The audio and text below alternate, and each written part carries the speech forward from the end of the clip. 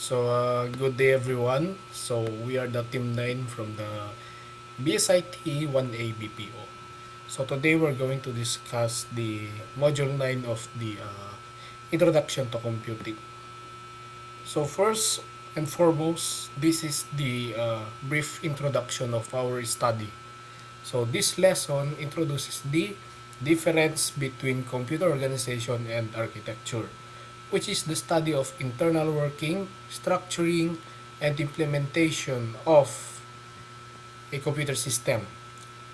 It is also includes the functional view of the von Neumann model, data representation, and number system, which is fundamental to understand how computers. So this is the difference between the computer organization and computer architecture.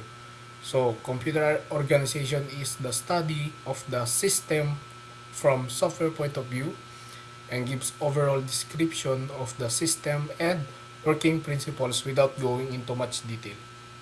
In other words, it is mainly about programmers or users' point of view. Computer architecture is the study of the system, how hardware point of view, and emphasis on how the system is implemented. Basically, throws light on the designer's point of view. So, si computer organization, sila yung nagpo-program ng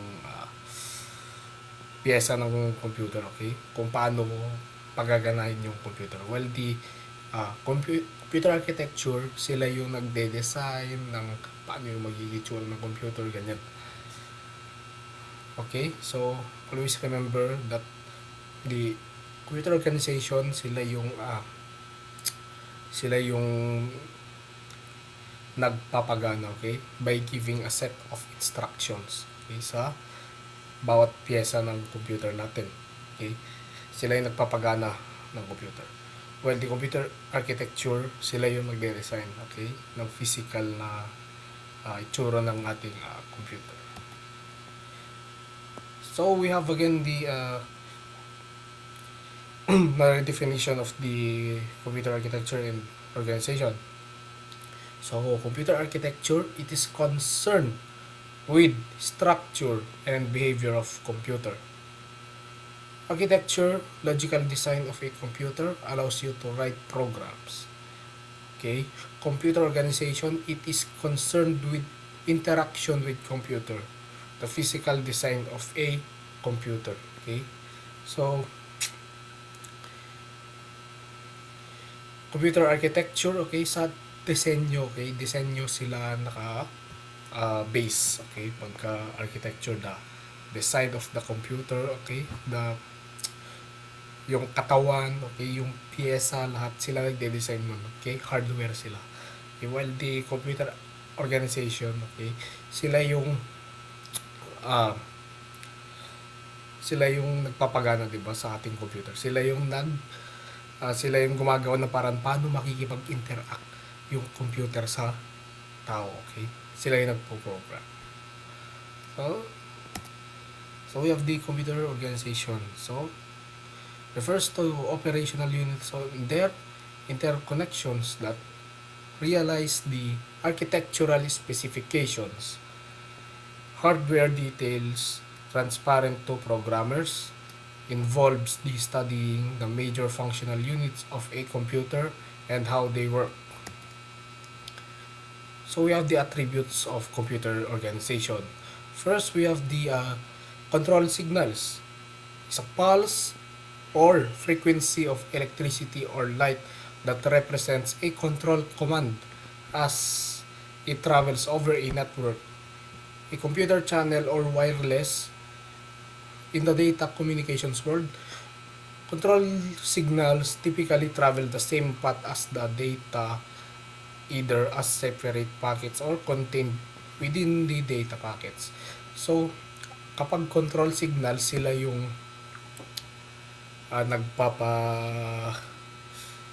kumokontrol. Okay? Kumokontrol kung kailan gagalaw si data. Okay? So, we have the computer peripheral and interface. Okay? So, we have the peripheral. Okay? So let us discuss the peripheral. Peripheral is a device that is connected to a host computer but does not part of, but not part of it. It expands the host capabilities but does not form part of the core computer architecture. It is often, but not always, partially or completely dependent on the host. Okay? So, pag sinabing peripheral, ito yung devices na kinoconnect mo sa computer. Okay? For example, printer. Okay? Kasi, wala namang sa ability ng isang computer na makapag-print ng mag-isa eh. Okay? So, sa pamamagitan ng computer, ay ng printer, nakakapag-print siya ng paper. Okay? So, kumbaga, ito yung mga devices na nakakapagbigay ng mga ability na gawin yung mga bagay na hindi kayang gawin ng computer mag-isa. Okay? So, ayun. So, interface is the point of interaction with software or computer hardware or with peripheral device such as a computer monitor or a keyboard. Some computer interfaces such as a touchscreen can send and receive data while others such as mouse, microphone can only send data. So pag sinabing interface, okay, kung paano ka paano yung interaction ng tao sa computer, okay? Touchscreen, okay? Touchscreen is the example of the interface. Okay, keyboard is example of the interface, okay? Talks about how the point of interaction of the person between the computer. So we have the two types of interface. First, hardware interface exists in computing system between many of the components such as the various buses, storage device, other I/O device, or etc. Number two, hardware interface refer to a range of different types of interface at different levels. An operating system may interface with pieces of hardware. And we have the memory is the collection of storage units or devices together. So, and with architecture is the specification detailing how a set of software and hardware technology standards. Second bullet, interact to form a computer system or platform. Refers to how a computer system is designed and what technologies it is compatible with the functional behavior of a computer system as viewed by a programmer.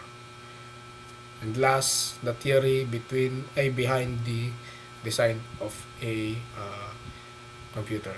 So other definition, the design of integrated system which provides a useful tool to the programmer. The study of the structure, behavior, and design of a computers. The design of the system specification at a general or subsystem level. The art of designing a machine that will be pleasure to work with. The interface between the hardware and the lowest level software. Therefore, computer architecture refers to attributes of a system visible to programmer. Attributes that have a direct impact on the execution of programs. And we have the instruction set architecture. Is the part of processor that is visible to the programmer or compiler writer. Serves as a boundary between software and hardware. And we have the data representation, refers to the methods used internally to represent information stored in a computer. Computers store lots of different types of information such as numbers or text. Okay? I or O mechanisms the communication between an information processing system. Addressing techniques are an aspect of the institution's set architecture.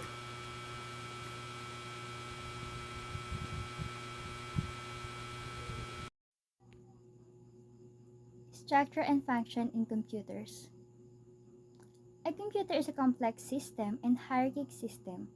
It's made of many interconnected subsystems, each with its own structure until you get down to the most basic parts. When designing a computer, you need to think about both structure and function at every level of the system. Structure is how the different parts of the computer are connected and relate to each other, while function is what each individual part does as part of their overall structure.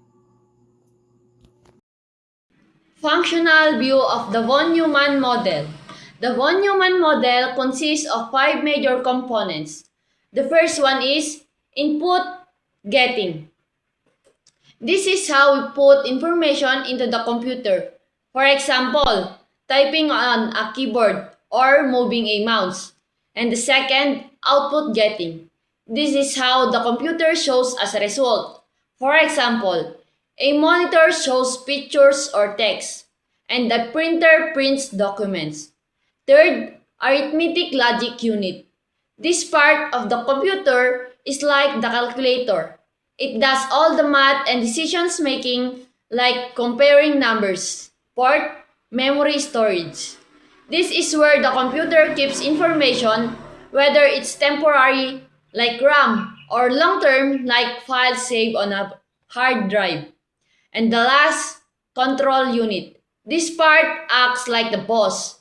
It makes sure all the other parts, input, output, memory, ALU, work together properly and at the right time. The system bus model.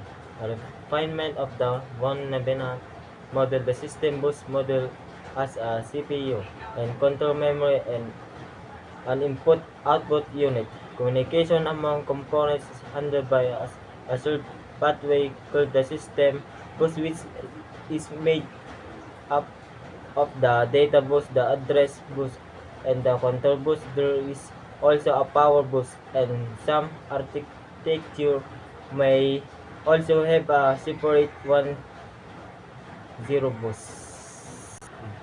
Data bus is a system within a computer or device consisting of a connector or set of wires that provides transformation for data.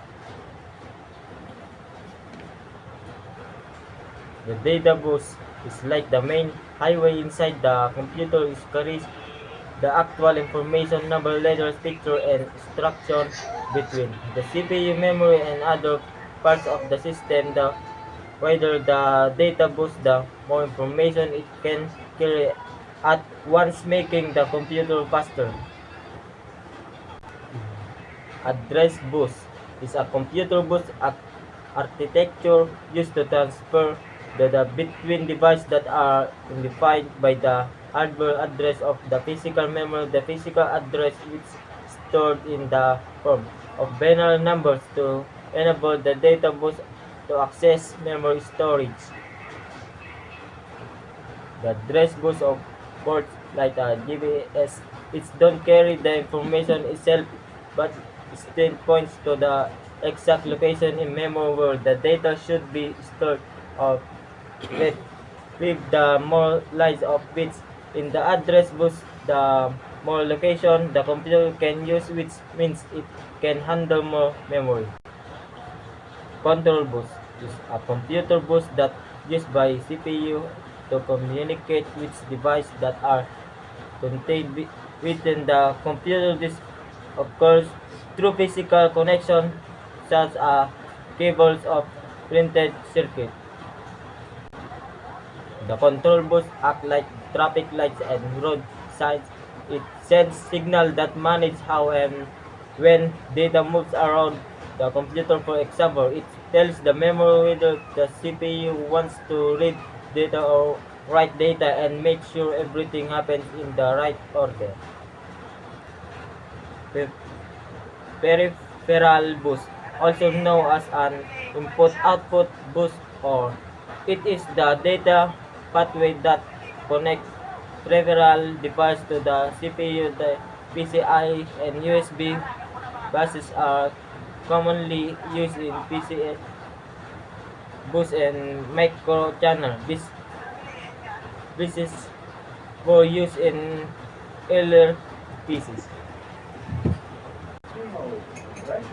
The peripheral bus serve as side routes that connect the CPU to devices outside the main system such as keyboards, printer USB, drives, and sound cards. This allows external devices to communicate with the computer without interfering with the main flow of information. The motherboard. Motherboard, a printed circuit board containing the principal components of a computer or other device, with connectors into which other circuit boards can be slotted. North bridge is the controller that interconnects the CPU to memory via the front side bus. It also connects peripherals via high-speed channels such as AGP and PCI Express. South bridge is one of the two chips in the core logic chipset on a personal computer motherboard, the other being the North bridge. The South bridge typically implements the slower capabilities of the motherboard in a North bridge South bridge chipset computer architecture. System bus is a pathway composed of cables and connectors used to carry data between a computer microprocessor and the main memory, related to omnibus, communication system between components. The system bus connects the CPU with the main memory and, in some systems, with level 2 cache.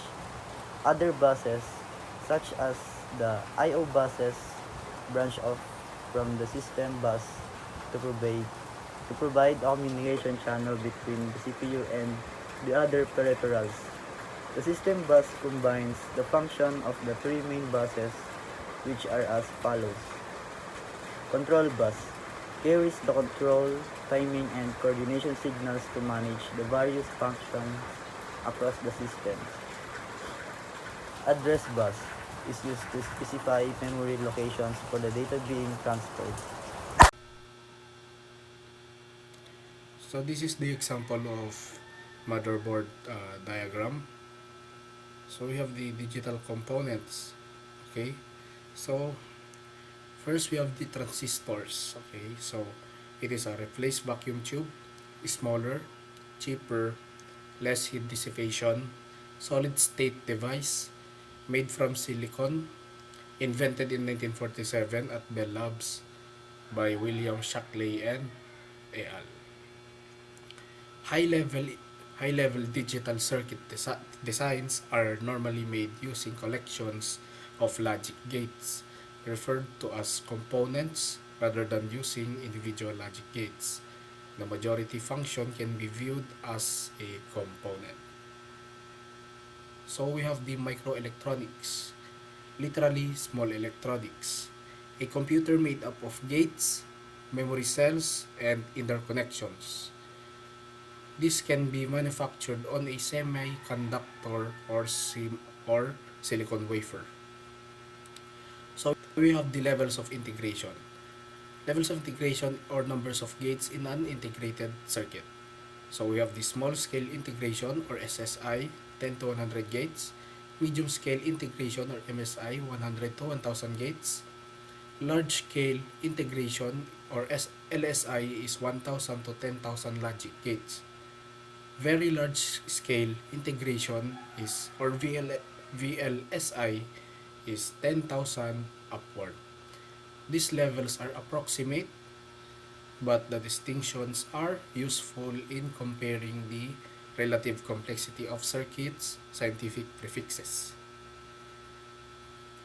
For computer memory, 1 kilobyte is equal to 2 raised to 10 is equals to 1024. For everything else, like clock speeds, I kilobytes is equal to 1000. Likewise for the IM, IG, and etc.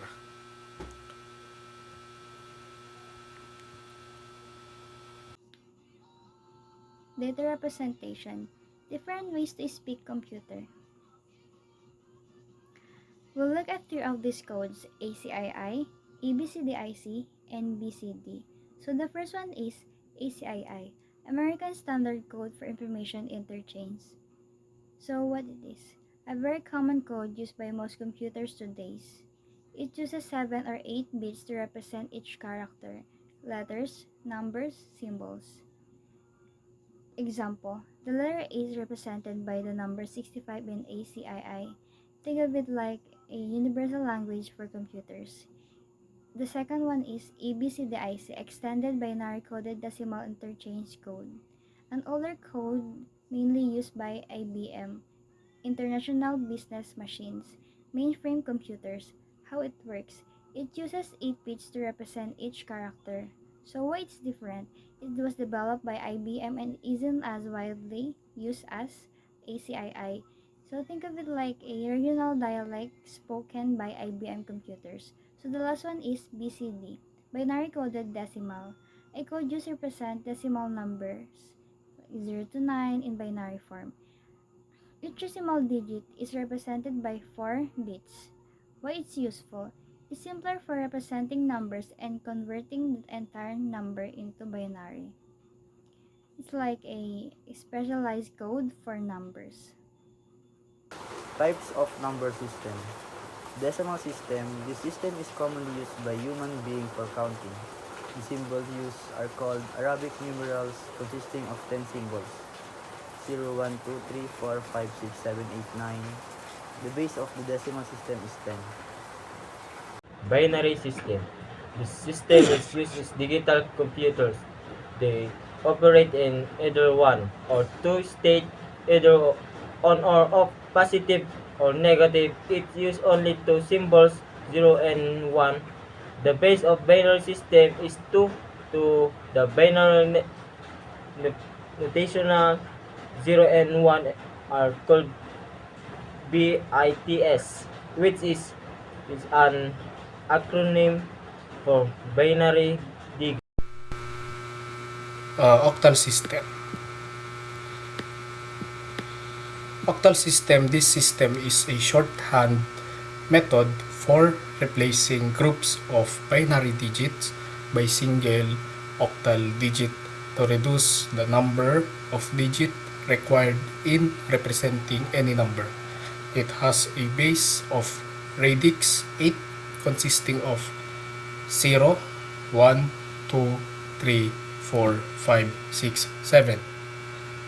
The base of an octal system is 8. Hexadecimal system. This system is the simplest method of expressing value represented by binary numerals.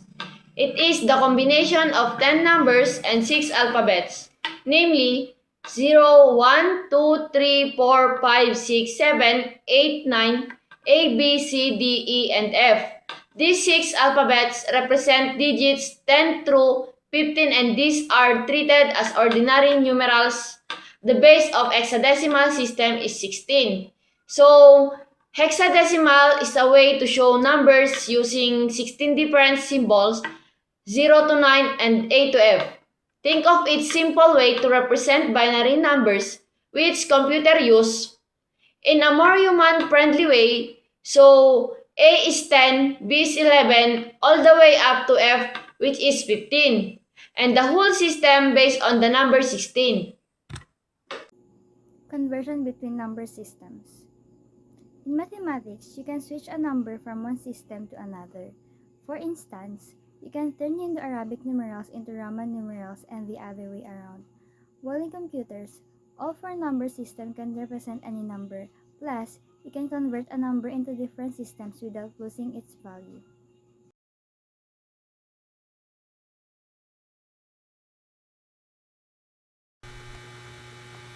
Number system conversion. To convert decimal to any system, repeated division by the new number system's base technique is used. So here are the steps as follows. First, divide the decimal number to be converted by the new base. Example, divided by 2 for binary, 8 for octal, and 16 for hexadecimal. Second, write the remainder on the right side. And third step is to repeat the process until the equivalent is 0.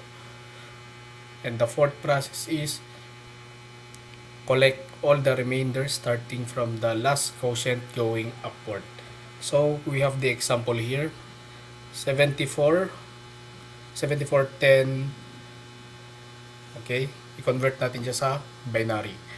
Okay, so since 2 ay para sa binary and from decimal to binary yung gagawin natin. So 2 yung para sa binary. So ganito siya, 74 divided by 2 is equals to 37. So may remainder tayong 0.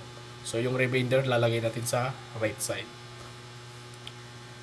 And then same process ulit, 37 divided by 2 is equals to 18 and it has a remainder of 1. And 18 divided by 2 is equals to 9 and it has a remainder of 0.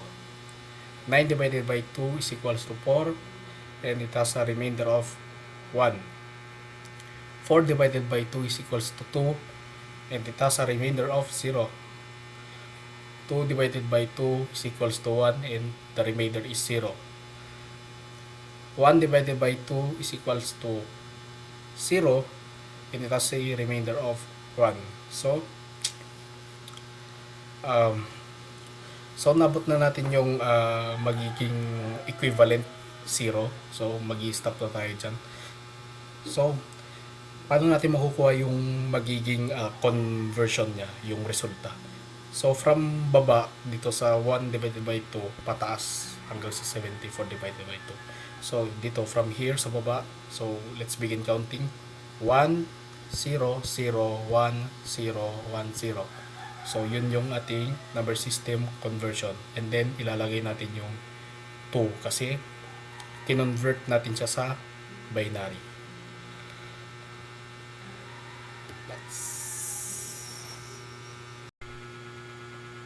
Decimal to octal.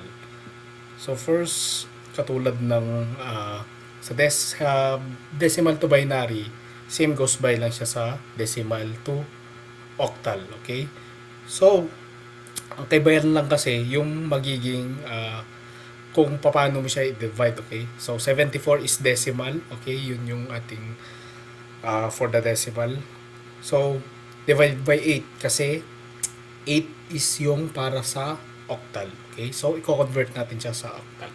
So, 74 divided by 8 is equals to 9 and it has remainder of 2. Okay? So, 9 divided by 8 is equals to 1 and it has remainder of 1. 1 divided by 9 is equals to 0 and it has a remainder of 1. So, again, mula sa baba, pataas, okay, kunin, i-collect yung remainder. Okay, so ang magiging yung magiging product natin is 1 1 2 tapos ilalagay natin si 8 sa tabi. Decimal to hexadecimal. The steps in converting binary, octal and hexadecimal to decimal follow the positional notation. A. Starting from the right, the base 2 for binary, 8 for octal, and 16 for hexadecimal will be raised to 0 power, the next number to first power, the third number to the second power, etc. Steps for converting binary to octal or hexadecimal.